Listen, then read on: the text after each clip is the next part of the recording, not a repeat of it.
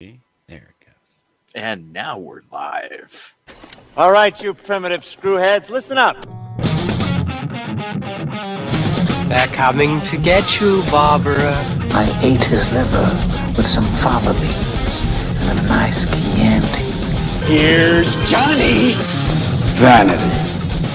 Definitely my favorite sin. I am the devil, and I am here to do the devil's work. The power of Christ compels you! This is my boomstick. What's your favorite scary movie?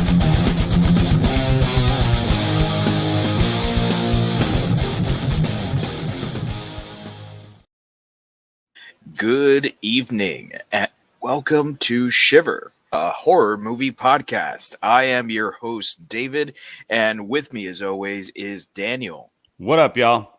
It is just the two of us tonight on a very special night when we reflect, we look back on a veritable icon of the horror genre. So I am really excited about this because this is a movie that I don't think ever gets old. In fact, I think it gets better with age. I think like watching Candyman last night to get ready for this is probably it's the first time I've seen it in at least 20 years. Because I was in high school last time I watched it, and I'm 20 years out of high school now. So it's been at least 20 years since I've watched Candyman, and I was pumped to be watching it last night. Oh, okay. So for me, it's been not quite so long. I think the last time I watched this was right around the time that they announced the new one. So sometime in like 2018. There we go. So so it's been about 3 years, and I was pumped to watch it again because it had been quite some time before that last one since I had seen it. And Tony Todd, obviously, you know, I'm a huge fan of his, you know, be it as the Candyman, or I actually first came to know him Star Trek. Kurg Yeah. on Star Trek, Worf's brother, and he's just so great at everything. Yeah, man, just absolutely amazing. And you know, and as we get into it, we'll talk about it. But guys, it's just, I mean, it's the voice, right? I mean, that's just such an iconic part of what, you know, of what makes Candyman. What we will say here at the top, just for anybody who's listening, we are discussing the Candyman from 1992. So because we didn't want to spoil any, we haven't watched the new one, but we didn't want to spoil anything for it. We know it's pretty new, but it may spoil if it's like a straight up remake. So just be aware of that. But the movie we were discussing is almost 30 years old now. Yeah. And it's high time to watch it if you haven't. Absolutely. If you're listening to this podcast, I'm pretty sure that you've already seen the movie. You know, if you're listening to a horror movie podcast and you haven't seen it, well, you've got to do better. And if you're, I don't want to gatekeep either. So if you're new to the genre and that's why you're doing this, do yourself a favor and watch this movie. I like to think there are people out there that like, they'll be like, oh, I kind of want to see that movie. And then, but they watch us to like take the edge off. It's like, okay, these guys are going to kind of tell me and I'll know what to expect. And then I can go into it. Well, spoilers will abound. So, Yes. You know, beware, because we will be talking about lots of different elements of the movie, and there won't be any spoiler warnings from here on out. This is it as far as spoiler warnings go.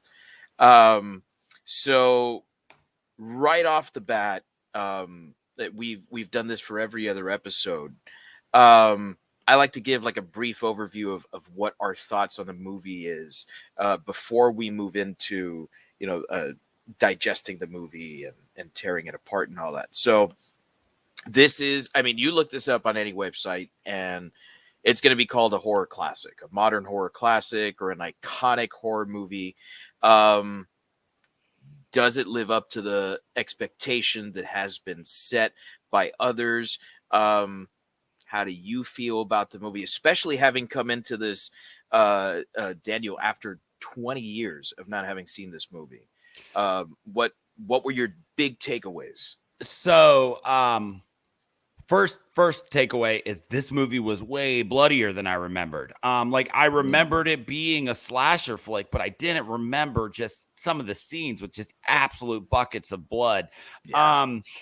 Other than that, like it still felt fresh. It still felt current, being 30 years old, and some of the things that we're going to get into with some of the commentary that there is to be made about what was going on in this movie. So many of those things still felt current, which is also simultaneously probably a reflection or a discussion on society and our inability to grow at like the right rate.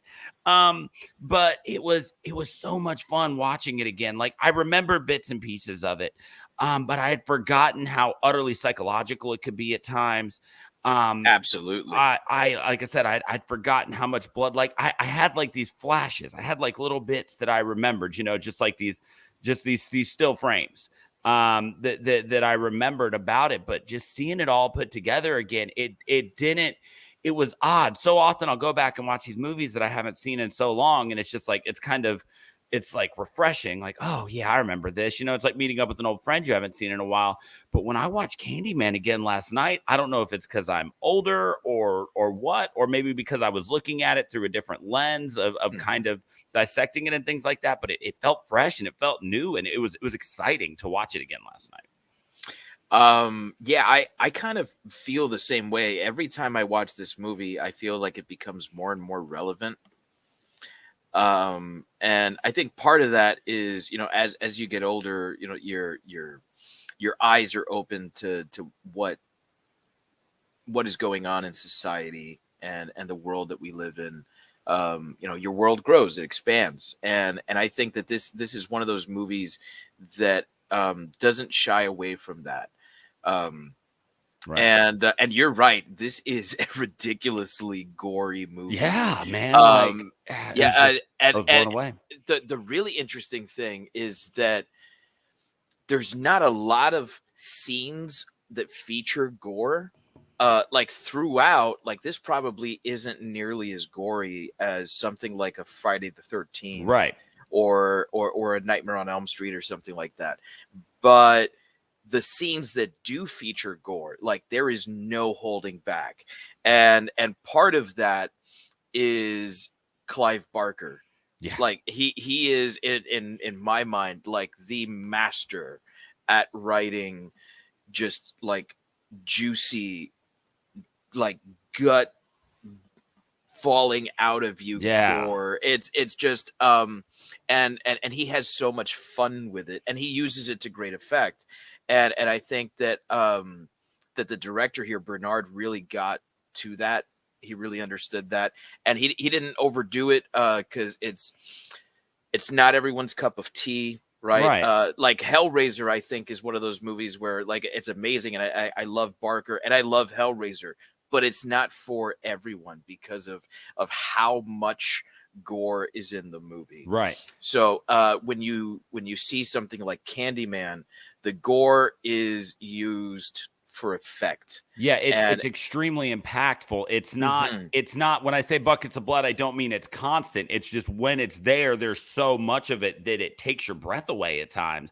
And the way that it's placed around the scenes, even a couple of times, there's a lot of it, but not in a lot of the movie, if that makes sense, right? It's just when it's there, there's a ton of it, but it's not there that often.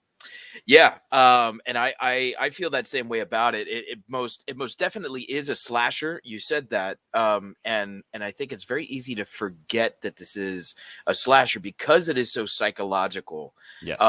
You can approach this movie in many different ways, and one of them is the way that Neri didn't like the approach to Rosemary's Baby, right? where it was like, no, you know, it wasn't in her head, and all of this wasn't actually happening. Like you could take that approach that Helen is, you know, just it's this like slow descent into madness, right? And you know, the whole thing is the cheating husband, and she can't handle the stress of you know, her thesis and everything that's going wrong. You could take that view. But I think that that's not as exciting as as looking into what Barker wanted us to look into. And I think that, you know, getting back to the idea of, you know, does it deserve the title of modern horror classic? I mean, I think for a couple of reasons. One, because it's an amazing film. It's just it's great to watch. It's a lot of fun. Two, it's scary. So I think it deserves that. But three, Candyman was something that became pervasive. It was something that even people who had never seen the movie knew this idea that, you know, like knew this idea that you could say Candyman in the mirror and turn the lights off and he'd appear. You know, it was it became a new generation's Bloody Mary. It became another without even seeing the movie. The idea of Candyman became its own urban legend, which is fascinating when viewed through the idea of the fact that this movie starts with the exploration of urban legends. So Exactly. This movie took its and made its own urban legend that then quite literally became an urban legend. And I mean, for little kids mostly, it's not the type of cautionary tale that a lot of urban legends are, but it became like this great campfire story that like every 10-year-old thought they had a grasp on, even though they'd never seen the movie, right? But you knew the idea of how Candyman worked.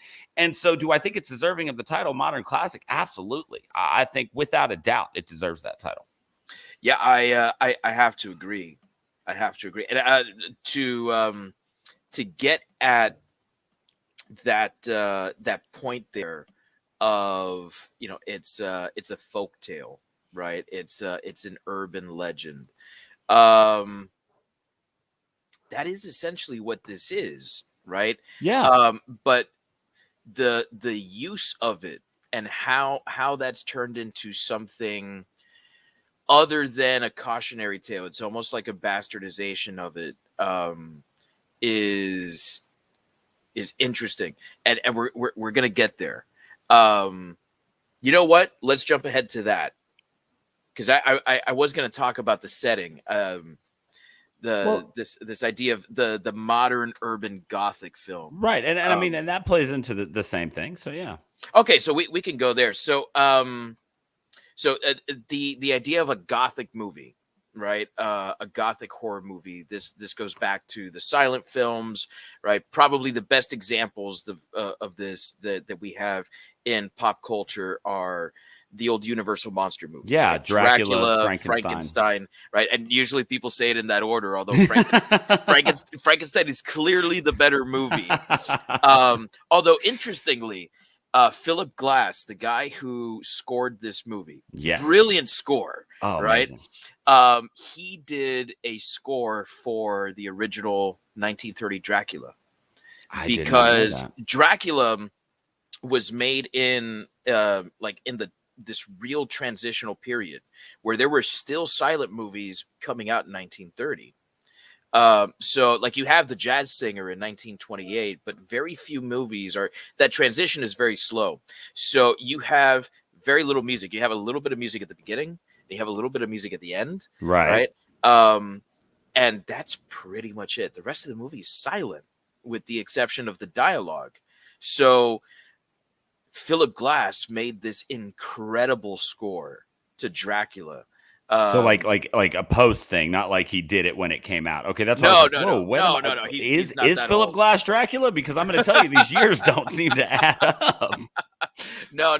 He did it after the fact. It was one of these things where I think Universal either commissioned the score after he had worked on Candyman, or this was like a pet project of his or something like that.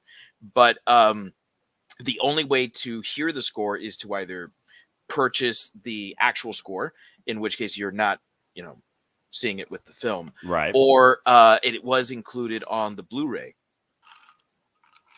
and I got to tell you, it completely changes the movie. It's so good. Yeah. So that's what we are so accustomed to when we hear Gothic, right? Dracula, the castle, right? Capes and all of this. Hammer horror, right? Yeah. So this pushes it into a completely different setting, because we do have such a thing as American Gothic, right? But American urban Gothic, I think, gets this kickstart with Candyman, right? And it's so unique, and the movie, I think, doesn't feel like any other horror movie. You watch a slasher movie from the 1980s, and you know it's a slasher movie. Right. You got summer camp and you got suburban street. Right. Yeah. I mean, that's where they all take place. It's like suburban neighborhood summer camp. That's your 70s, 80s slasher films. So, and in a lot of ways, Candyman is like those classic Gothic monsters, right? So the question is, I think, does Candyman work as a reimagining of the Gothic horror story? Does the character Candyman work as a reimagining of the Gothic monster? Does it work for what is essentially a folktale or a myth? So I think that there's a couple things here that are absolute standouts in the fact that these are just huge check marks that you can put next to the idea of Candyman being Gothic fiction. One being the idea that this is a monster movie, right? Like this is very specifically about this one guy. He's a monster. But to even set that immediately, the very first line of this film is this very short, I don't even know if you would call it monologue. It's just like a snippet of Candyman talking. And he says, they say that I've shed innocent blood, but what is blood if not for spilling? I mean, immediately, boom, this guy's a fucking monster. Doesn't care if it's innocent blood, blood is blood. Blood is for spilling, right? So they open with this. So you're immediately like, okay, so the antagonist in this movie is a monster. So boom, big check, right? Gothic. But I think that one of the things that's so brilliantly done about this when it comes to talking about it as American urban Gothic, when you watch Gothic, you mentioned the castles, you see a lot of swamps, you see a lot of cemeteries, you get a lot of this idea of death and decay through the setting of a Gothic film. What makes this modern American urban Gothic is the death and decay of an actual city. Yeah. You're watching these people walk through an area that is dead and dying, and you're seeing a space, a housing development that is just absolutely ravaged through different things. You see what appear to be like drug dealers or something. Or they refer to them as gangbangers at one point in the movie. You see, this public bathroom where they say that Candyman lives, and it's just covered in graffiti, and there's literal shit on the walls. Yeah. I mean, and she's at one point, Virginia Madsen is walking through this housing project where there are just holes in walls and ceilings that she's crawling through to just get to these abandoned apartments. And it takes this idea of using death and decay as a setting and uses it less literally, but at the same time, just as literally. It is death and it is decay. It's just not skeletons and random body parts hanging around in a catacombs. It's watching a community that is dying and decaying. And so I think that when you look at that as the setting and you look at the monster, I think that urban Gothic is the perfect description for this movie. Yeah. I look at what was the name of the housing development? Cabrini Green. Cabrini Green. I look at Cabrini Green, and that is essentially Dracula's castle. Yeah. That's Frankenstein's laboratory. Laboratory. Yeah, the laboratory, right? That's and that is what we have there. And these are always creaky old places where there's, cobwebs, right? Like I think about that scene in Dracula where Dracula himself walks through the cobwebs, right? Yeah. And Renfield is like, what's going on here, right? And it reminds me of how when they're visiting Cabrini Green for the first time, they have they're completely at a loss that people can live this way. Yeah. Right. It's there's also you mentioned the beginning of the movie, right? And of course, every word that comes out of Tony Todd's mouth is exquisite, as he says, right? Yes. The pain will be exquisite. I love that line. Yes. Yeah. What's the line? It says, "The pain, I can assure you, will be exquisite." That's my favorite line in the whole movie. There's in the very first shot of the movie, it's very Hitchcockian, where it's like this tracking shot of like just this street, and you're watching the buildings just get worse and worse and worse as it goes from a decent part of town to this really shitty part of town. And you see a lot of these establishing shots, again done in an almost, Alfred Hitchcock way, where like it's like really high up, these like incredible crane shots, Yeah. where like you're seeing the beauty of the university, and then the decay, the urban decay that you keep talking about. It's a setting that really does bring about this feeling of dread. It's a very, as gory as it is, as bloody as it is. I think for me the most disturbing thing is the atmosphere. Yeah. There's an atmosphere to this movie that is like it's really gothic. Yeah, I mean, that first time that she visits Cabrini Green, the first time that she visits it, nothing really happens. There's one tiny scare, and it's a gag scare, right? When she pops back through the medicine cabinet. Yeah. But it's And it's coming, and it still yeah, gets exactly. And but it's still just terrifying, just because of setting, just because of the feel of this whole thing, and the way that it's so perfectly set up by hearing these stories of Candyman. Because what's also interesting about this movie and the idea of Candyman as a monster is you're presented very early in the movie with these two different ideas of what Candyman is. There's this idea that you say it in the mirror and he appears behind you and then he murders you, as told in the urban legend. But then she meets people who are from Cabrini Green, and they have this very real story that she's able to look up newspaper articles about somebody who was murdered by someone that is referred to in that neighborhood as Candyman. And so you're presented very early on with this idea of, like you were saying, is this all in her head? And so then you immediately, within the first half of the movie, before you meet, Tony Todd as actual Candyman, the one that we know and love, you meet this guy who just like runs this neighborhood, or at least this building, who has used the idea of Candyman to promote his own image. So you're also faced with this very real life idea of a plausible and human monster before you're face to face with the idea of this supernatural one. And all of that just plays so well into this constant feeling of dread that you have while watching this movie. Yeah, you nailed it, man. It's I love that mixing of the folklore with the reality. It's something that Candyman tells her, you've taken away my power. Yes. Right. You've taken away my congregation's faith. My congregation's faith. Yeah, that's what he says. And there's this idea that if he has a congregation, right, there are those that are exploiting it for their own benefit, right? And that's what with the fake Candyman, right, was and doing. And so when she's assaulted by the fake Candyman, the real man who just carries around a hook and runs this neighborhood, and he gets arrested because she's able to identify him.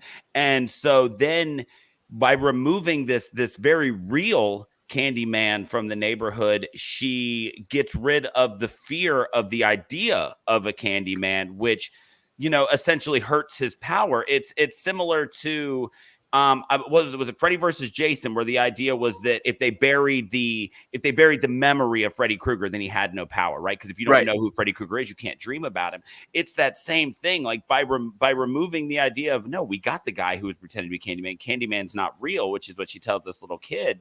Now he is no longer empowered, because he is a myth, right? And the power of myths is the power of believing in said myth. Yeah. It's the idea that the story gets passed down. It's generational, right? And we will get to the story, because what the myth is and what the myth represents, what Candyman represents, I think is really the heart of the matter. Yeah. It's at the heart of what Clive Barker wrote about. It's at the heart of what Robert Bernard got at in the movie. But I love I love that idea that, he is the god of the congregation, and there are these priests, these acolytes, whatever you want to think of them as, who are his surrogates in society, making sure that the Candyman continues to be Right. feared. And what I love is that every single one of those guys that was arrested for her assault, they were all dressed like him, right? There was like some sort of leather jacket, leather Right. coat, right? Because it was a long coat that that it didn't button down the middle. It went across the chest, and there the very large lapels. They look like they could have been him. And then once you finally meet him, it's like, oh no, they are just, as the Bible would say, made in his image. Right. And you like, and that's the thing, like what's really great about that is so she runs into real life Candyman pretender, and he says, you want Candyman, bitch, you found him, right? Mhm. But then you actually meet Candyman, and it's like, no, this dude would never talk like that, right? Yeah. Like, this guy is so well spoken, and a part of his game is pulling you into believing about him. Like, that's very important to him. So when you actually meet Candyman, like, you're almost disgusted with the fact that these people took his image and used it in a way of fear. But it's like a copy of a copy of a copy, right? Like, if I gave my Yeah. 4-year-old a crayon and a copy of Starry Night, and I was like, hey, make this happen, that's what you get out of these guys that are pretending to be Candyman. Like, they're nothing. They're nothing like what he is. They're what they want. They are what they want him to be. They are what they think is effective, but in no way are they as frightening as the real Candyman, because they bastardize the image so much.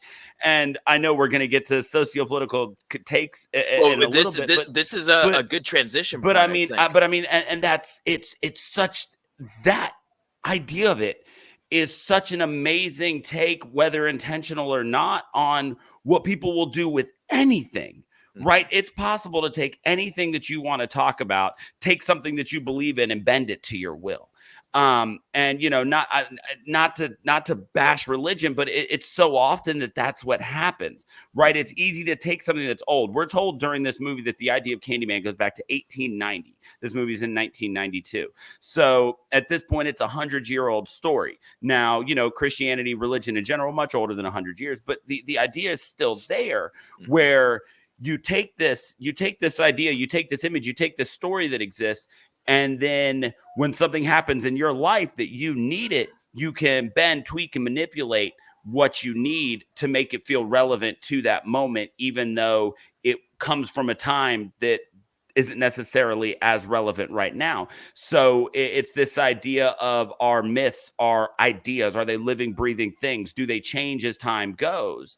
Or are we just bastardized gangbangers in a leather coat who are using it, who are forcing it a square peg into a round hole? Yeah. I like that idea of, is the myth a living, breathing thing? Can you look at the myth and say, okay, well, that was the myth, that was the folklore for the time, and this is what it is now, right? Because the real Candyman, right? Tony Todd's character was a real person who lived in a real time, right? And once that was done, what was done to him, his murder, right? That could have ended everything right there, except that the stories, the brutality of it, kept these stories alive, and that's how he was created. Right. He is the living embodiment of his story. Yeah, the Candyman that we meet as Tony Todd, he's I say modern day at 92 when it came out, but he's a modern day Tulpa, right? He's Mhm. he's this idea that the belief in a concept in something gets so strong that it eventually gains a physical presence. Yeah. And that's how to transition into the third major point I wanted to talk about here is the social commentary that is I mean it's not an undertone. No, this no, this this it's is like the like in point of the your movie. face. This is yeah. Um you know, he is the living embodiment of racism and what racism can do to a person. So this is the kind of movie that I think begs to be watched over and over again because with symbolism, you watch something or you read something and it can be interpreted one way on one day, and then on the next day you're like, well, what about this other thing? And I think that's the beauty of it. But what I keep on coming to, and to me, what is the real crux of the movie is Candyman is the living embodiment of racism and what hate crime does to a society, to a community, right? And ultimately how that leads to um, systemic issues, right? Clive Barker being British, the original story is in England. It was adapted to be an American story, right? So when Helen comes in and with all the best intentions tries to save this community, right? With you don't have to fear Candyman, he's not real, right? Um, what she is effectively doing is taking away the the power that remembering this horrific brutal act has on people, Yeah. right? In the same way that deer are born knowing, hey, what, you know what, I should go that way so I can get some water, right? um Yeah, uh, no, that's a good point. Trauma is so ingrained in our DNA, you know, that to attempt to remove trauma from not just a single person but from a community is to alter the very fabric of that community's reality. Yeah, And simply because we do not believe in that reality does not make it so, yeah, right? Because she says it, you know, to Bernadette. She's like, I don't believe in any of this, and Bernadette doesn't believe it either, right? But very clearly, Bernadette, even though she is black, she didn't grow up at Cabrini Green. right. Because She she very much has her reservations about even going there. Yeah, she had a very privileged life in what we can or I assume had a privileged life in much the same way that Helen did. So it is as much a race issue as it is a class issue. And those two things mixed together to form what is the ultimate commentary, I think, on in this movie, where 30 years later we're still talking about this because it's still relevant today, Right. right? Well, I mean, and like this idea of when you're like before the I mean partially the social economic thing, but also like a movie trope. You know, when we talk about this being American urban gothic and or you know, and it's a slasher, but there's not that much slashing. You know, there's a lot of genre bending in this film, and Hmm. I think that one thing that's easy to overlook is the idea that it takes the cinematic trope of the white savior and Hmm. turns it completely on its head because in her attempts to document this and talk about it, she's presented in the way of like a white savior, and she ends up getting, you know, the fake Candyman arrested and then tells the kid Candyman's not real, you know, we got this guy. And so it, you know, until that moment you're like, oh, okay, this again. But then you find out that it's her fucking fault that that he comes back. And not just because she said his name in the mirror when she was goofing around with Bernadette, but because she went into this place where she had no business being, and she disrupted the very fabric of this community that they'd built. And that's not to say that it's a negative thing to go into a community and have a murderer arrested because he assaults you. But the idea that while trying to be the good girl, white savior in the underprivileged black neighborhood, she's the one, she brings this on herself. When you look at the idea of Candyman as being the absolute embodiment of racism, just that idea that I'm not from here, I'm educated, I'm well-to-do, so I'm going to go through and I'm going to tell these people that Candyman's not real, and I'm going to document all this, and I'm writing a thesis, and I'm going to make it all better by telling these people that this is a myth, that this isn't real.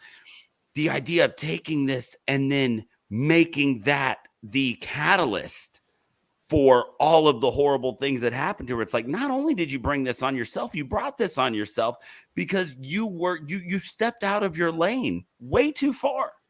And so what you look at that and you're like, and it's one of those things you're talking about systemic, right? It's easy to look at somebody who uses the N-word and be like, man, that guy's racist, right? It's one of those harder things to look at sometimes when it's one of those things that it's harder to look at somebody who is actively disparaging someone else's culture.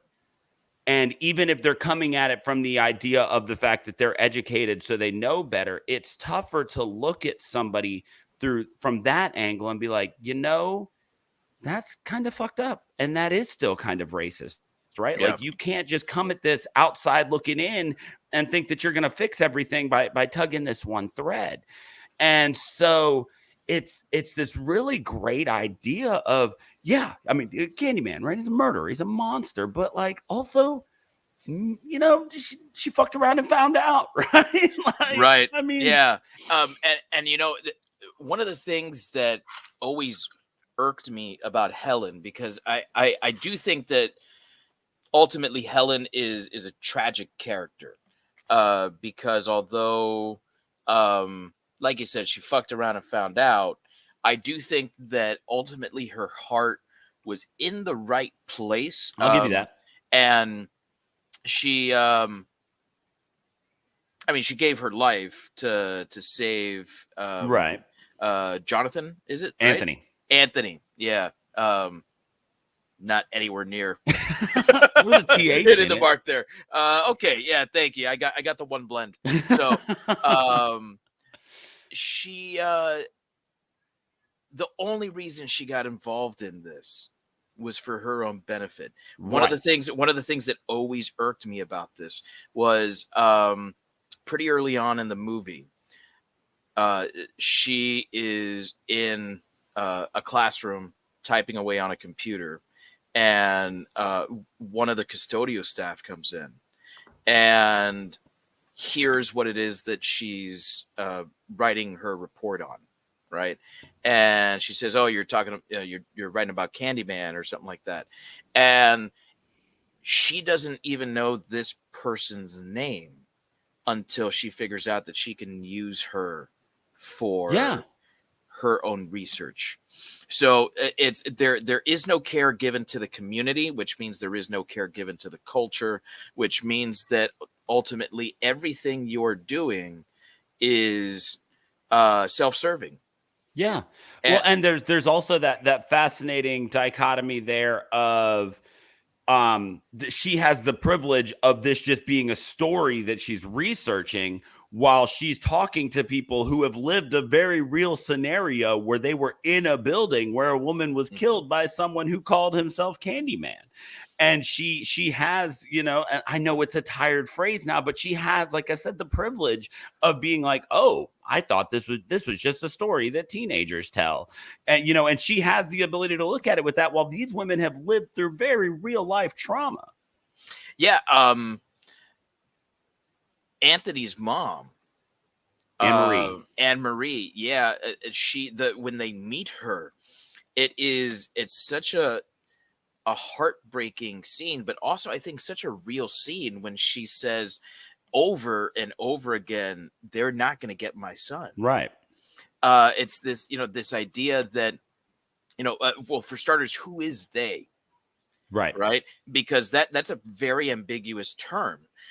She does say that we're not all like the boys downstairs, Right. right?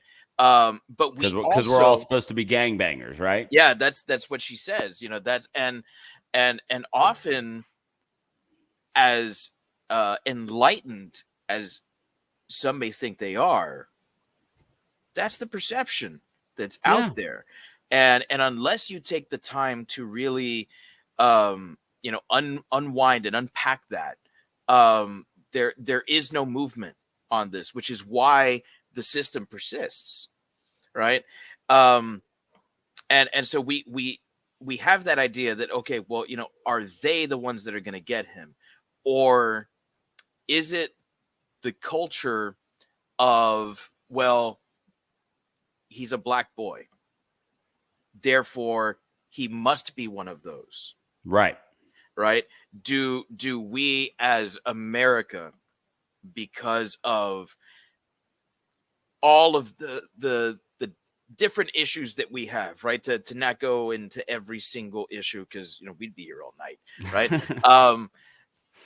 Do we create this, right? Do we ensure that this is his fate, that it is set in stone, right? And she's so she has such conviction that is not how he's going to end up. And it's my understanding that in the new Candyman movie, he is the central character. Oh, okay. So the new Candyman is a sequel, not a reboot. It's a direct sequel to the original, so it ignores Farewell to the Flesh. Farewell to the Flesh. And I don't think I ever saw Day of the Dead. I've not seen that one either. I've seen Farewell to the Flesh, which I remembered being gorier. Maybe that's why. Yeah. Maybe that's why I'd forgotten how much blood there was in this one. Because Farewell to the Flesh does not pull a punch. No, no. And Bill Condon, the director of that movie, I think is really one of those like underappreciated directors. He knows his stuff. Yeah. And really has an appreciation for gothic horror. Though I don't think that Farewell to the Flesh is as good as the original. I think he really gets it. He did a movie called Gods and Monsters with Ian McKellen. Oh, yeah. Okay. About James Whale, the director of Frankenstein, Invisible Man, and his kind of unfortunate situation in life. So I that always got to me. This idea that you are doing this for yourself. Yeah. You brought additional pain and suffering upon a community for your own interests, and the interests may be noble in your mind, but I think there's a difference between like when someone says like that's my truth, right? So there is my truth and there is the truth. Fair. And one is flexible, is fluid, and can still be accepted, but one is accepted by the masses as fact, as reality. Well, and one thing about this movie, I mentioned real early on that one of the things that you look at that's fascinating now, because you can obviously say that this wasn't the director's idea, but there's a socioeconomic, sociopolitical take to be had on this, in the fact that it's 30 years old and that we're still looking at some of these things, right? That we're still looking at very obvious neighborhood divides, right? We're still looking at places where there are still plenty of places in this country and and around the world where there is a literal wrong side of the tracks. Like Right. they talk about in this movie how it turns out that the apartment building that Helen lives in was built as part of the housing projects, but then when they realized that there was no physical barrier between that one and what they refer to as the Golden Coast, which I don't know if it's an actual Chicago term or not, but that when there was no physical barrier, that they put up plaster and they turned it into a high-end apartment because and Bernadette says, because you've got the L train over there to That keep divides. the ghetto out. Yeah. And so I mean, so they're looking, you're looking at this idea of quite literal wrong side of the tracks is what they're considering Cabrini Green. And I mean, that's still something. While I would like to say, based on things that I watch and things that I know, that the idea of urban housing and development isn't as piss poor as it was in the 90s. But there are still plenty of major metropolitan areas where areas that were built and then just left to their own devices or just completely ignored in any sort of way of getting aid have gone to shit. And like I said, and we're 30 years later and we're still watching things on the news where they refer, it's like, well, this happened in this neighborhood. And then, like the kid who just the kid who drove to another state, not to get super political and current in this, but there was that kid who drove to another state to because he heard there were riots and he shot people. Yes. And it's like this kid went out of his way to go to what he considered a bad neighborhood because he thought he might have the chance to shoot people. Right. So we're still looking at this idea of communities that are set by what was redlined however many years ago. This idea that communities and major areas like that do still end up being segregated because of things that are systemic in the system. That's repetitive. Systemic in the system. Anyway, you know where I was going with it. No, I get it, and I think you're 100% right. And there's, I've seen this in Miami.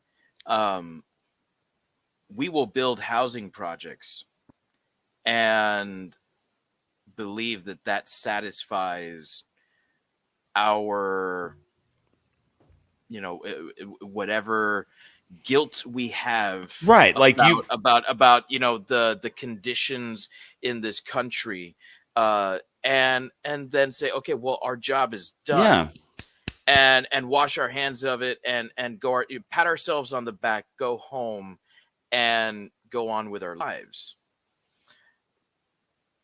But have we provided infrastructure? Have we really changed anything about the system, about these stories that persist, this trauma? Have we done anything to correct this? Right? Candyman was dragged out onto a street, had the thing that he cared most about in his life, right, his hand, which allowed him to paint, cut off, and was murdered by bees. Yes, right? And then stung to death by bees, which let's chalk that up on horrible movie, ideas for death. Right. It wasn't it's not like the death where you get stung by a bee and you're allergic. Not that when it suck, right? But if you've ever been stung by one bee and you're not allergic, it's man, that sucks. That sucks. Imagine if that happened enough times that you died. Which by the way, did you know that Tony Todd negotiated into his contract that for every bee bite he'd get $1,000? I actually explained that story to Katie last night as we were watching it. I was like, it was in his contract that every time he got stung by a bee, he got another $1,000. He almost made as much money off of bee stings as he did for just making the movie. Yeah, it's to me that's incredible and so smart on his end, because it's hey, you want me to work with a bunch of bees? Yeah. You want me to fill my mouth with bees? Yeah, let's go. I need to see green before the yellow and black goes in here. Yeah. One of the other things that really surprised me about the actual making of the movie was the director had Virginia Madsen, the actress who plays Helen Lyle, hypnotized before the scenes where Candyman would address her. where she where had she would this go like glassy blank. eyed. Yes, where when she says later that she would like black out and she wasn't remembering what was going on, she was like physically hypnotized. They had a hypnotist on set Fascinating. who he said it took 10 minutes. He would set her up. They would, place her there. Yeah. and then they'd run through the scene. She knew her lines, right? So she'd do it, and then they had, the kill word, and bam, she was out of it, and everything was good. And That is insane. yeah, I thought that was so insane, and adds some like some real like depth to the performance. Yeah, because those scenes where she's talking to Candyman, it's like they take place out of time, right? It's like whenever she interacts with Candyman, we're in this in Marvel terms, it's like this mirror universe, right? Where nothing exists but them, because they've created this pocket where only they are. And when she has these interactions, there's the way that it's shot, and it's so close in on their faces, and it's just his voice, and it's that tone. It's what you imagine like a hypnotist sounding like. It's very soft. Yes. It's very smooth, and the lighting, even to go back to this like modern urban gothic feel, right? The lighting reminds me so much of the lighting that was used in those old Universal monster movies. Yeah, just the light beam across the eyes. The light beam across the eyes. There's that like ridiculously famous shot of Bela Lugosi. Yes. With the light across the eyes, very soft focus. This is obviously in color, but this is like a throwback to that, that feeling that is evoked. Or the VIP, the MVP, excuse me, of Just Light Across the Eyes, of course, being Morticia Addams. Oh yes, Oh. yeah, yeah, perfect right there. Yes, right. Yeah, I think to get back to what you were saying about how like those interactions between them,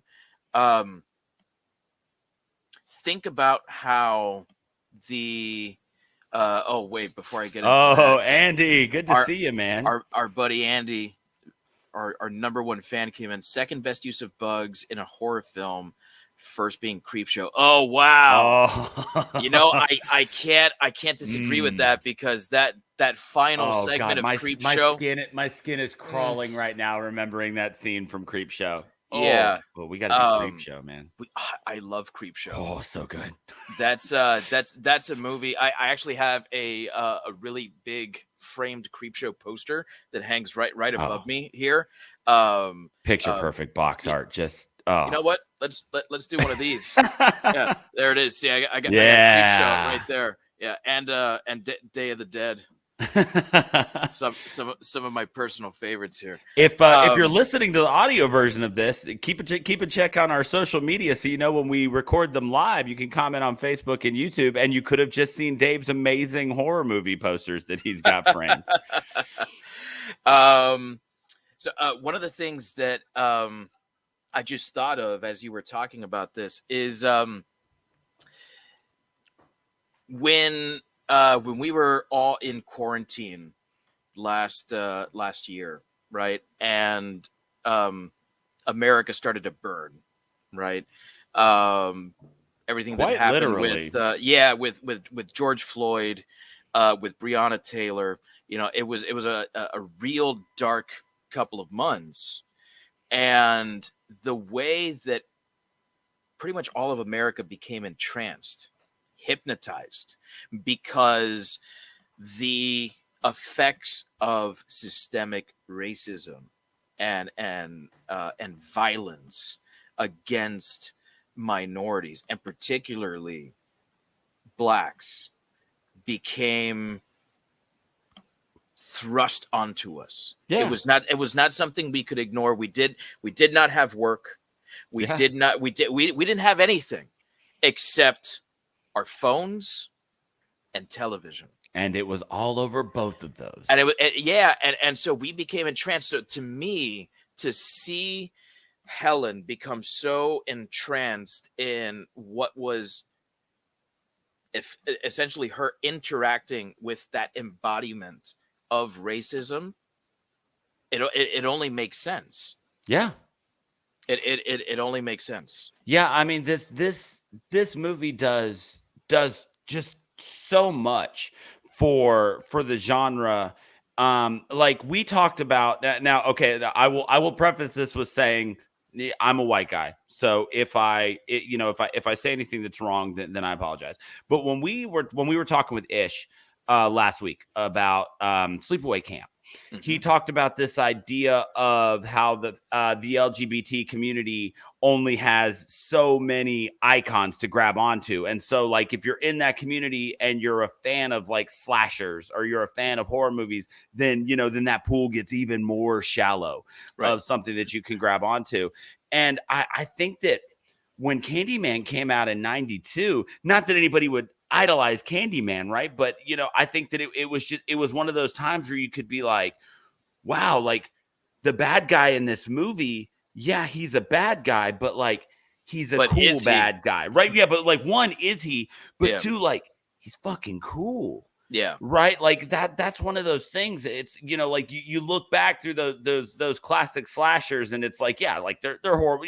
Freddy Krueger was a god awful person, but like you look back. I mean, like, does it get much worse than right. a child murderer? Right. But you look back at it and you're like, well, fuck, at least he was, like cool to watch. Right. Like Freddy Krueger, the person was terrible. And you go back and it's like, oh, okay. Yeah. It's like, Jason Voorhees, just a guy who's out for revenge for what happened to him and for his mom, and Michael Myers and the 1,000 reasons that they've given us for why he's always trying to kill Sigourney Weaver. But like when this came out, like I can only imagine that if you were that. Did you mean Jamie Lee Curtis?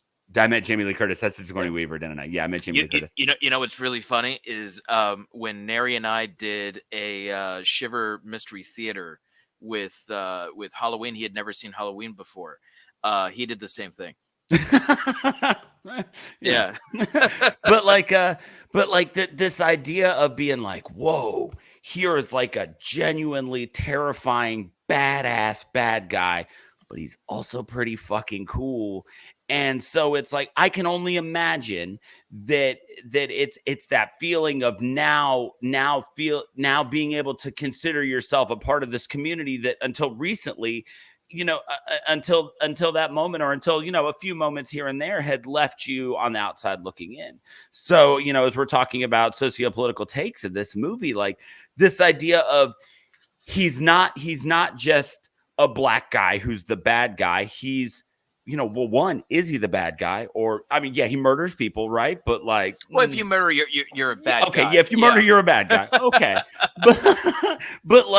but there's reason to look to him. I mean, we keep using this idea of a myth, right? And you go back and you look at, when you read old mythology, none of these gods and heroes were flawless. But they were still looked up to. There were still temples built to them. They were still quite literally worshipped.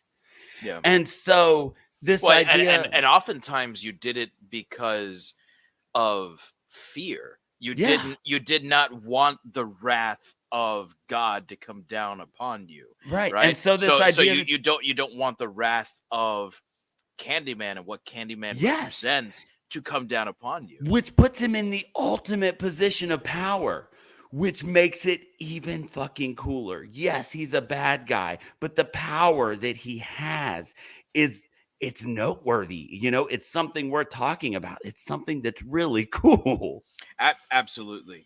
I'm right there with you. He is up there in the pantheon of horror icons. Yeah, I mean, he's the horror movie equivalent of like a Chadwick Boseman bringing Black Panther to the nerd screen. Yeah. And then giving a place to another community that now feels like not only are they represented, but they're represented by a badass. Yeah. In fact, is there any other Black like slasher icon. Like, right. Excuse me, I just got choked up. But that's I what don't. I'm saying. Like, I top of my head, I couldn't think of any. Like any that. I'm not an that, encyclopedia of horror by any right. stretch of the imagination, but I But do I'd know like quite to a think bit. that if there was one that had the name recognition that Candyman has, one of us would be able to think of it off the top of our heads. Yeah. You got a point there. Huh.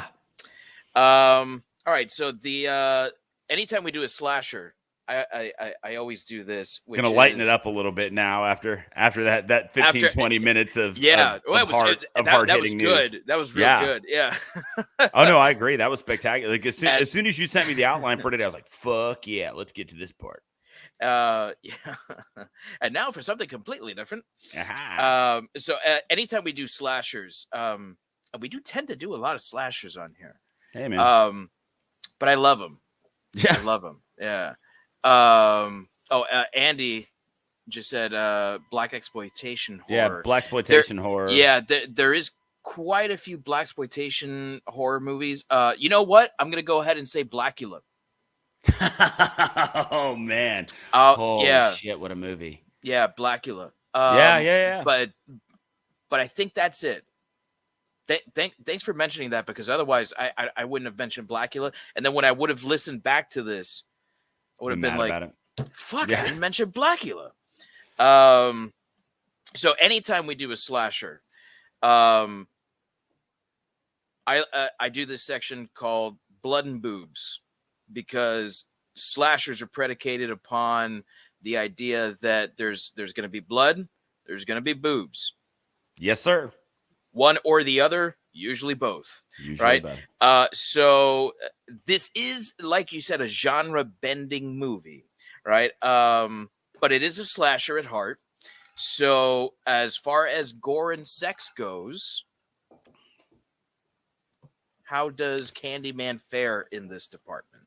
So, and we've talked about it, we've tiptoed around it, we've hinted at it, but as far as the gore aspect, so if you're talking, this is not a movie where you're going to see somebody's intestines actually pulled out. Mm-hmm. So, but what you do see are absolute gallons upon gallons of blood. The first time that we are witness to some sort of what we think might be a murder at the time, but we're not 100% sure that Candyman committed, is when Helen wakes up in a bathroom covered in blood, opens a door, sees a decapitated dog, sees a ton of blood, hears Anne-Marie screaming, opens the door to a nursery covered in blood. And when I say covered in blood, I mean it is streaked and strewn all over. And the crib is as well. Nursery. Yes, and the crib is completely blood covered, but no baby in it. Because we come to find out that Anthony is still alive. You then later go on to her once again being hypnotized and waking up to Bernadette has been stabbed, hooked, killed, and just blood everywhere. Yeah, and when that happens, you do see some intestine pulled out. You do see a little bit on that one. And so this is a movie that I think very effectively uses gore in the fact that it never crosses that line. One thing that I've learned about gore when it comes to horror movies, as somebody who, we do this podcast, we watch a lot of horror movies, and I'm not opposed to the occasional Gorno film, right? But one line that I have found is that people will put up with copious amounts of blood. But it's when you start seeing like realistic body parts like fall out of people, that's when people tend to draw the line. So when you're talking just blood, gore, this movie uses it strikingly effectively in the idea that when you get it, you get a lot of it, and where it and how it's used is amazing, but it never crosses that line into being like hyper realistic gore that solely exists to turn your stomach. Like the blood and the gore in this movie is perfectly used for cinematic effect, not just guttural reaction. And I think a lot of that is because although we find violence on every street corner in this movie, we are not party to it. And I think that that's intentional. just as Helen is an outsider and does not witness the violence, but sees the after effects of the violence, so do we. Because we only actually watch Candyman kill one person. The therapist. Yeah, that was something that never really occurred to me when I watched this in high school, was the fact that we only actively witness two murders. One is Candyman killing someone, and the other one is Candyman getting killed. Yeah. So it's we need to witness the therapist being murdered, because that is the one that Helen herself sees.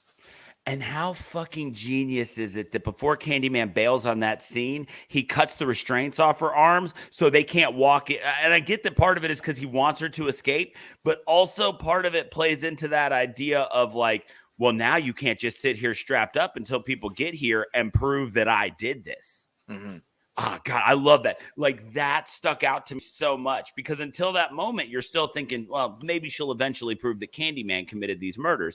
Then he kills this therapist. She's strapped to a chair. Well, and remember, before that, we see the video. Right, where you can't see him, and it seems as though she's talking to no one. Yeah, and so you've got this idea of like, finally they've got it. This is obviously recorded, right? They're gonna come in. She's strapped to a chair, and this guy is dead. They're gonna know Candyman did it, and then just flawless and seamlessly just pops the restraints on her arms, so she has So, one, it serves because he needs her to escape. He needs her to come find him. But also it serves to leave her no choice but to escape, because once her hands are free, she can no longer say, I couldn't have possibly done this. I'm strapped to this chair. Mm-hmm. So yeah, I mean, so when you look at the blood and stuff and stuff like that, like I said, it's done really, really well. Yeah, I agree. That was always something that kind of struck me about this movie, is that even though we don't actually see with our eyes the vast majority of these acts of violence, to me they're almost more effective. Yeah, because of how brutal the end result is. Like, we can picture it in our minds, whereas in something like A Nightmare on Elm Street, as inventive as the kills are, we see the kill. Yeah. And it doesn't seem as brutal as Candyman. Right. And oftentimes just like the way that characters in the movie would describe the kills, right? And there were just, and part of the reason it felt real is because the way it was written, the way these lines were delivered, they seemed like the real ways that somebody would talk about somebody being murdered with a hook. And so we don't watch, except for the one time, we don't watch him gut people with this hook, but we get these real life interpretations of the way that it must have happened, and that makes it feel more real. Because like you said, as inventive as it is to pull Johnny Depp through the bed and shoot the blood all over the ceiling, you don't feel that, because it's just like, I don't know what happened. He fell in a hole and there was a bunch of blood, right? But when it's mostly just, oh, look how cool that was. Yeah, but when somebody says, and then he caught a hook in the groin and he ripped it all the way up to his shoulder, you're like, oh God damn. We were talking before we started recording, like, there's phantom pain to be felt in that. That scene where Jake, I believe his name is, the little boy from Cabrini Green. Yeah, who goes to the bathroom while his mom's at the store. Right. He tells her the story about the little boy, and whether it was Candyman Tony Todd who did this, or Candyman the gangbangers. That's what they call him in the movie. Yeah, which is what they call him in the movie. Who did this? This idea that, like, something will get you. Yeah, like it permeates everything, and it is so brutal because of the reality of it. Seeing that little boy writhe around in pain, it's like I'm thinking about it again now. Scream. Yeah.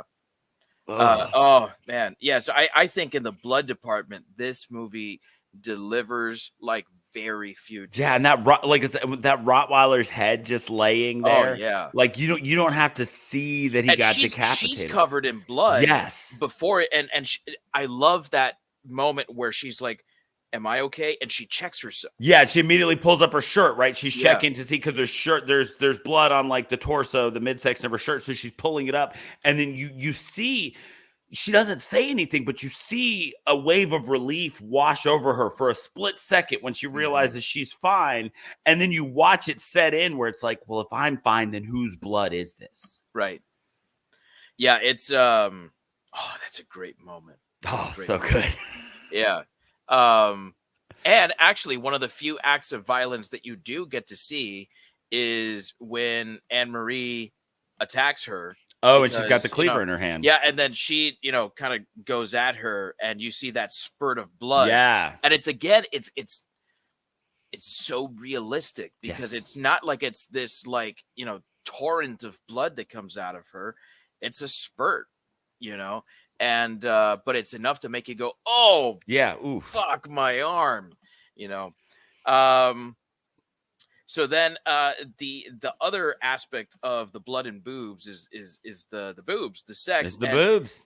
There is like no sex in this movie whatsoever.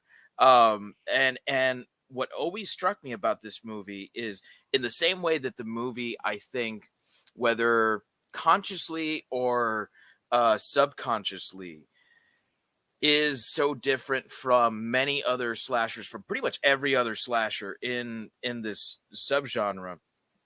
Like the two scenes of partial nudity in the movie, you're not supposed to be like stimulated by, right? Like it's this like repulsion. Or you're feeling sorry for her. Like the first time that you see Virginia Madsen topless, it's when she's having to strip down because she is a murder suspect and she's covered in blood. And what you're witnessing is her strip search. And so there's nothing sexual about it at all because you're very much aware of the fact that this police officer is in this mode of not even viewing her as a person. Yeah. Like she is just a suspect and this is the routine they have to go through. So yeah, you do catch some side boob and a little bit of nipple, but there's nothing sexual about it at all.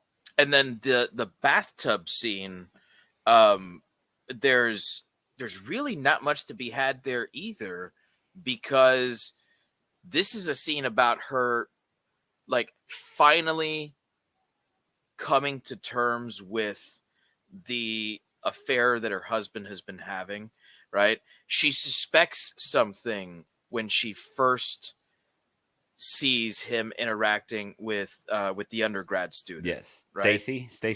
Yes. Yeah. Stacy, I think it is.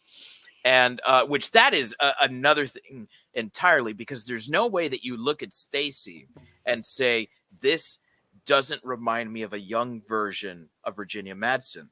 Yes. Right. So is this his MO, where he is this professor that like just preys upon his undergrads? Did he take Helen and prey on her, right, as a sexual predator, and use his charm and his his professorship to get her, like, to woo her? Yeah. And now that he's like pretty much done with her, right, because he's not the one who's doing anything with her with her doctoral thesis, right? Like he is. But especially when you find out that she's in the process of writing her thesis and he is teaching a class about something similar, that's when you start to get this idea of 4 or 5, I don't know, it's called 4 years ago, was she Stacy? Right? Was she somebody who was so enamored that's with what I was getting at. Yeah. Was she somebody that was so enamored with this class that she fell for this man, and now like his passion has become her passion. And so now it's something that she's writing her doctoral thesis about, because you see that that's obviously something he's been doing for a while, because she says to him, you weren't supposed to teach that yet. I'm writing this. So it's obviously something that she's experienced and been part of. Yeah. So that scene where she asks him, where were you last night? And he says, I was here, and she knows he wasn't. Right, because But he doesn't know, yeah, and he clearly hasn't been home, and it's and yeah, so even in that moment, it's a heartbreaking scene, right? She's in the bathtub not, and she's naked, and that's something that you look for, and you're like, yes, but like that the scene that's set around that moment, it's again so hard to find it sexual because you're watching this. That was like in that moment, her husband was the last thing that she had that was like a tie to reality. He was supposed to believe her, and he was supposed to be there for her, and everything else is falling apart because it seems like she has kidnapped a child. Right. And so in that moment, it's so hard to find anything sexual about it because you're watching her last little grasp on reality slip away. Yeah, her life is crumbling around her. And that was all she had left. Yeah. Well, I mean, I take it back. That is before Bernadette died. So she still had Bernadette at that point. But that's true. Very soon, then the last thing she had left. But that being said, so the 2 times that we see Virginia Madsen topless, and them not being sexual at all. That being said, 1992 Virginia Madsen, smoke show. Absolutely. This is something you and I were talking about just before we recorded. She was gorgeous, and so we're watching it, and Katie was like, "Is that Scully?" And I was like, "It's actually not. It's Virginia Madsen." I said, "But more so than just being Scully, she looks like Scully." So Gillian Anderson and Lori Petty had a baby. There is some I just caught it last night, but there are some angles in that movie where she is very tank girl, which very much appeals to the aging punk rocker in me.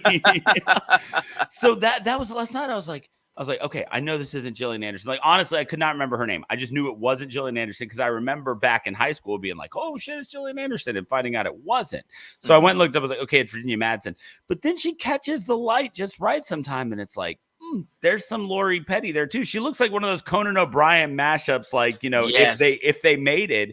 But it's Gillian Anderson and Lori Petty. Yeah. Yeah, that's interesting. I always picked up on the Gillian Anderson thing because I grew up with my mom watching X-Files every week, and even though I wasn't supposed to watch it because I was way too young, God,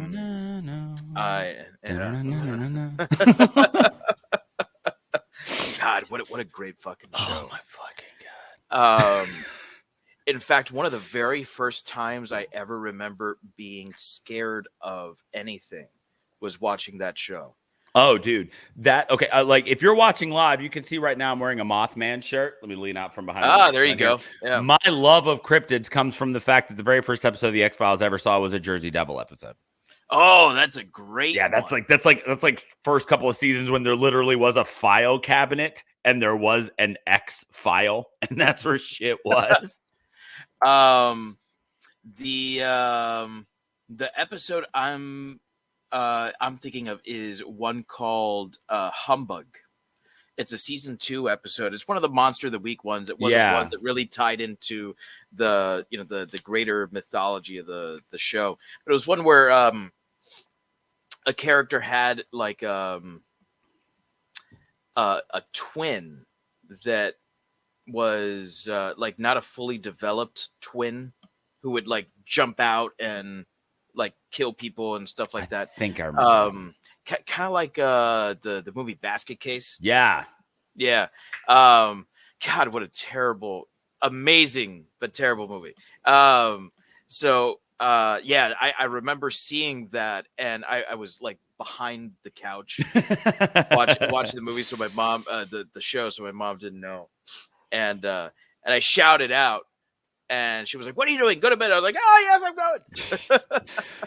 But yeah, so like I said, there's if you just year 2, 3 years from now, next time you get around to watching Candyman, just look, because there are just times the light catches are just right, and she's very Lori Petty. So Yeah. like I said, while the 2 times that we do get to see her topless, you can't really enjoy them sexually. They're great scenes.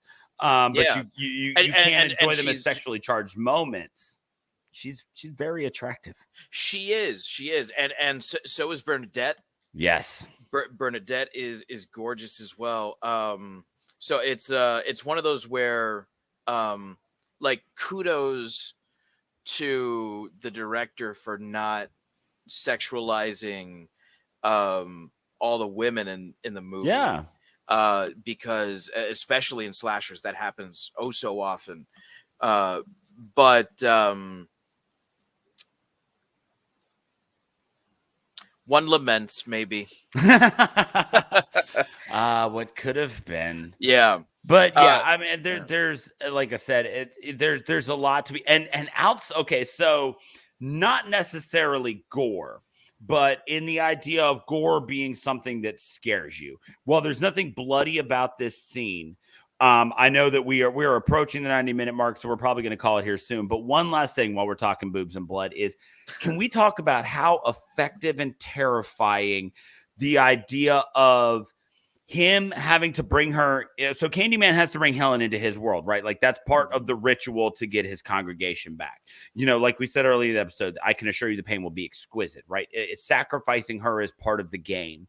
That's part of what has to happen. But can we talk about how effective the terror device of watching a man with a mouthful of bees kiss someone is? It's so fucking freaky. It's so weird and so out of the box. So even when I was in high school, like when you talk slasher and you talk creature feature, those are 2 usually very different things, right? Arachnophobia is a creature feature. You know what you're in for. You're going to see a bunch of spiders and it's going to give you nightmares until you're 38 plus.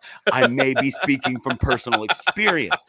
But the idea of taking this slasher film and from the very opening scene, the idea of there being bees everywhere, but they've always just been an idea.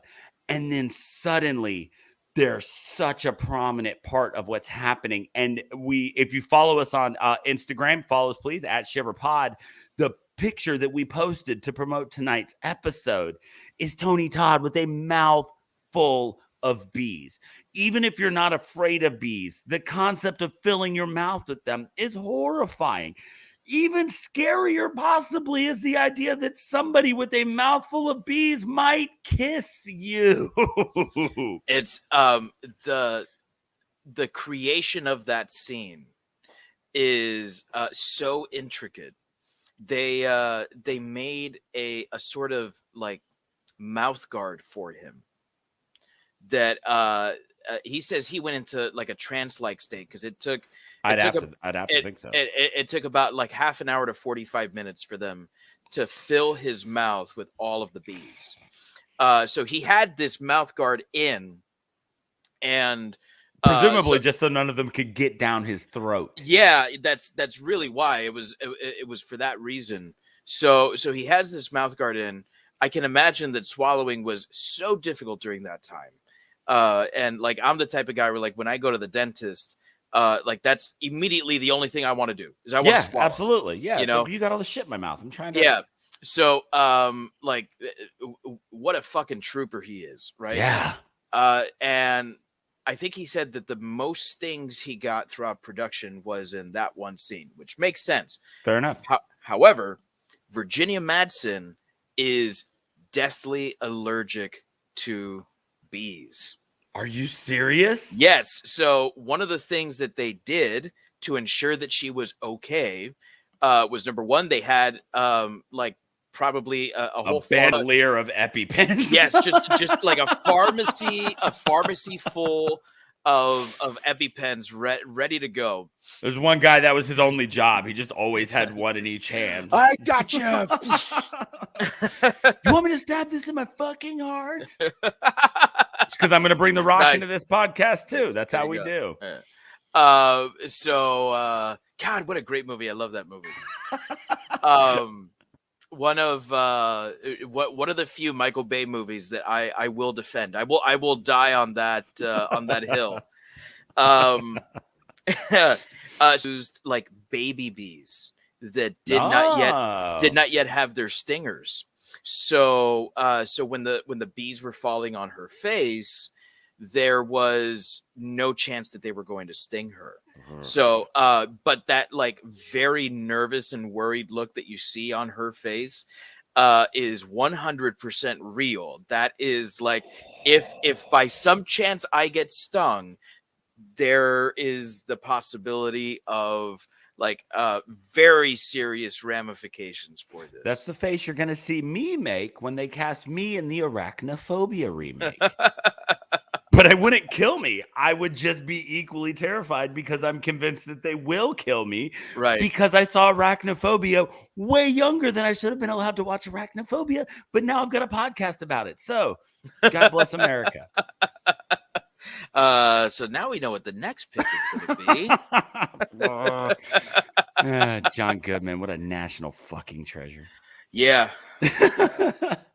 Absolutely. So, so our rating system for this episode, Daniel has once again come up with he's hit it out of the park with this one. I think the only way to do it. So, Daniel, out of a possible 5 dicks in the toilet, how many dicks in the toilet do you give this one? Man, this has been the question that has plagued me. I finished this movie about 24 hours ago. So for straight 24 hours, this question has plagued me because rewatching this movie, it still felt so good and it still felt so fresh and it still felt so relevant. And I made the comment last week that I've got to view each movie and each week as its own thing. And I'm not getting paid for anything I do here. You know, I'm not at the risk for losing my job for too many good reviews or too many bad reviews. And so when it comes down to it, this movie is so perfectly executed on so many levels. And watching it last night reminded me of how, not just how great it is, but just how much I love this movie.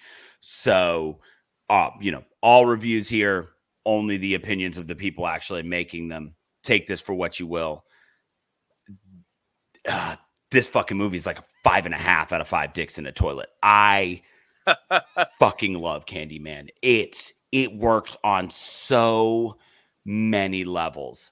And like I said last week, I'm plagued sometimes when I look at like what I rated, like The Shining, and so many people say this is the best scary movie ever. But none of that matters because when I'm just looking at Candyman, and I've got to rate this movie on what I expected out of it, what I think it does.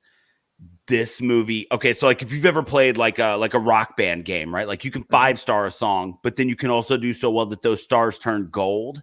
Yeah, like Candyman is a 5 gold dicks in the toilet.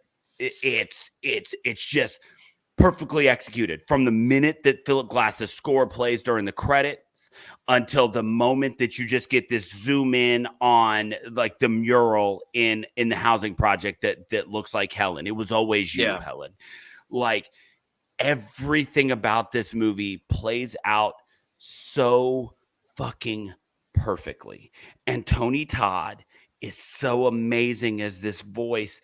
You think about a Freddy Krueger, so like your two bookends of what makes like a great horror voice are you've got your Freddy Krueger where it's this really distinct and everything I say is a joke voice, and then you've got your Jason Voorhees, your Michael, and then you've got your Voorhees, your Myers. I don't say anything. I'm just fucking terrifying.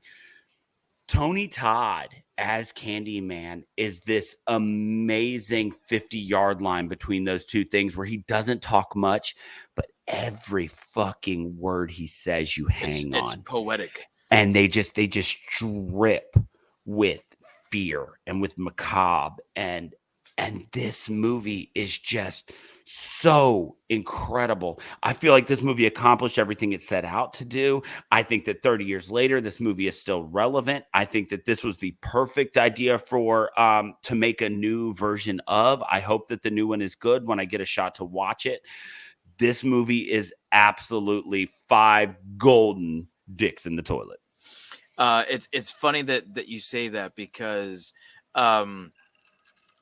I knew, because I had seen the movie fairly recently in the last couple of years, that this was going to get 5 stars. Because the last time I saw this movie, I said, you know what, this is an absolutely perfect movie, and I was able to watch it today, and as the credits were rolling, I said, "Fuck if this isn't a 6 out of 5." Exactly. Yeah, it is not just perfect. It is beyond perfect. Whatever, and I know that doesn't make any sense. I know, because but I understand exactly perfection what you mean. is perfection, Right. but it manages to move beyond. It's almost like the first time that you hear the guitar solo of Eruption, right? And it's like, was that whole song, was all like 2.5 minutes of that really just one guitar solo? Yeah. Was there really not one missed note? Did he really just do everything that I think he did with just 2 hands? Right. That is what Candyman is to horror, because it is gothic, and it is modern, and it is slasher, and it is psychological, and it does all those things flawlessly. Fuck it. We don't have to follow any rules. Very true. We make our own rules here. Yeah. Right? So we're going unanimous 6 out of 5. Unanimous 6 out of 5. This is a 12 out of 10. The Yes, first time sir. this has ever happened on Shiver, a horror movie podcast. So thank you so much for joining us tonight as we talked about one of our absolute favorite movies. Actually, from the score, maybe our favorite. Yeah, by Shiver scores right now, this is officially the favorite horror movie of Shiver, a horror movie podcast. Yeah, so thank you so much for joining us. I feel like this is a running gag now, but join us next episode where we'll be talking about The Conjuring with Neri. Somehow it's not gonna. It's like that SNL episode where they never get to Lindsey Buckingham. He never gets to say anything. Yeah. Yeah. Like, oh, Lindsey, we didn't have time for you today. But yeah, so hopefully we'll be getting to The Conjuring. And we will say the reason we're putting it off is because we are God honestly using this podcast as an excuse to make Neri watch The Conjuring. If you have listened to Shiver until this point, you know that he sat through some things that are classics, that are great movies, but that aren't anything that we know is going to terrify Neri. And we know that making him watch The Conjuring is going to keep him up for at least 24 straight hours. So, so that is why we keep putting it off, because we want to know that Neri watched The Conjuring. And we had excuses. We had excuses because we had a guest on last week. Right. And the guest always chooses. Jeff on, and Jeff chose. Yeah. And so we had those 2 weeks of guests. And Candyman is relevant. How can we not celebrate Candyman on the week that it's released? So it had to be done. So thank you so very much for tuning in. If you are listening through the podcast, please consider watching us live. I think it's a little bit more engaging. You get to you get to comment with us like Andy did today. Thank you, Andy. This is at least 2 podcasts that I'm on that Andy listens to live. Yeah, Andy's great. He's always asking me. He's like, "Hey, so what are you guys gonna do next?" So he is just the greatest. So thank you, my friend. And all things Shiver considered, now that it is September, I'm sure that if you are a Shiver listener, you're wondering, like, how are we going to ramp this up with October and Halloween season, spooky season coming? So Dave and I have been talking, and we've got at least 2 absolutely spectacular, I mean, straight up Halloween themed movies planned out for the month of October. So make sure you stick with us because we've got some great ideas coming down the pipe. They will not disappoint.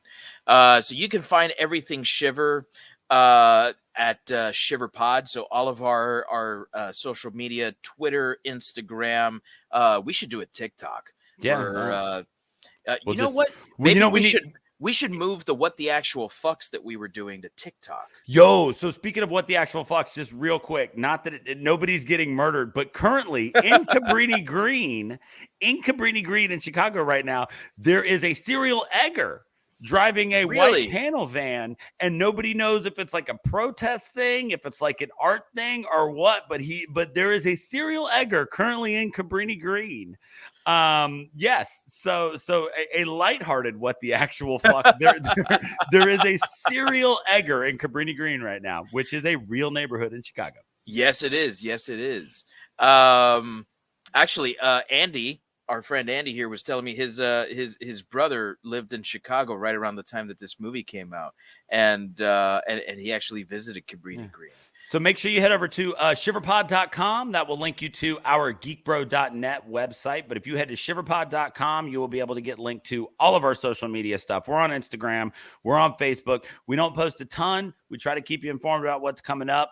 Try to get better about maybe giving you a couple days, leeway or heads up on what movie we're going to be doing. So then if you want to watch it and participate, we'd love to have you on Facebook or YouTube. Once again, at ShiverPod. And please make sure to tune in to our other Geek Bro Network podcasts. We've got Mount Geekmore, which both Daniel and I are a part of. Neri as well, who is not here today, unfortunately. We've got What's Up, Bro. We've got Comedy Fitness. We've got A Dose of Ellie. We've got Kick Flicks, the new martial arts movies. Yes. And Seasons, that is getting ready to start recording about Superstore. Yeah, they've actually already started recording. So yeah, very interesting on that one. And I hear there's talk about a new one brewing, or rather an old one coming back. So very, very interesting. Thank you so much, everyone, for joining us today. Daniel, as always, you have been fantastic. This one was a lot of fun, man. So hyped to do this one. I agree. So on behalf of everyone here at Shiver, a horror movie podcast, fright you very much.